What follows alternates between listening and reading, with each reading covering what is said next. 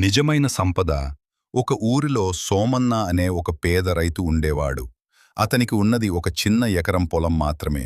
అయినా సరే సోమన్న ఎప్పుడూ ముఖం మీద చిరునవ్వుతో అందరికీ సహాయం చేస్తూ చాలా సంతోషంగా ఉండేవాడు. అదే ఊరిలో ధర్మయ్య అనే పెద్ద భూస్వామి ఉండేవాడు. ఆయనకు వందల ఎకరాల పొలం, మేడలు, మిద్దెలు ఉన్నా మనశ్శాంతి ఉండేది కాదు.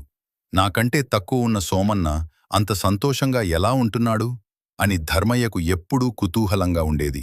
ఒకరోజు ధర్మయ్య సోమన్నను పిలిచి, సోమన్నా, నీ దగ్గర ఏమీ లేదు, రోజంతా కష్టపడితేనేగాని తిండి దొరకదు, మరి నీకంత సంతోషం ఎక్కడ్నుండి వస్తుంది అని అడిగాడు.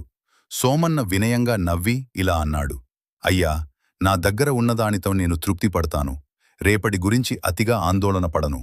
నా కష్టార్జితంతో 10 మందికి చిన్న సహాయం చేసినా ఆ తృప్తి నాకు ఇచ్చే బలమే నా సంతోషం. అప్పుడు ధర్మయ్యకు అర్థమైంది, సంతోషమనేది మనం కూడబెట్టిన ఆస్తులలో లేదు, మనం కలిగి ఉన్న తృప్తిలో మరియు ఇతరుల పట్ల చూపే ప్రేమలో ఉంది అని. నేటి నీతి: ఉన్నదానితో తృప్తి చెందడమే అసలైన సుఖం.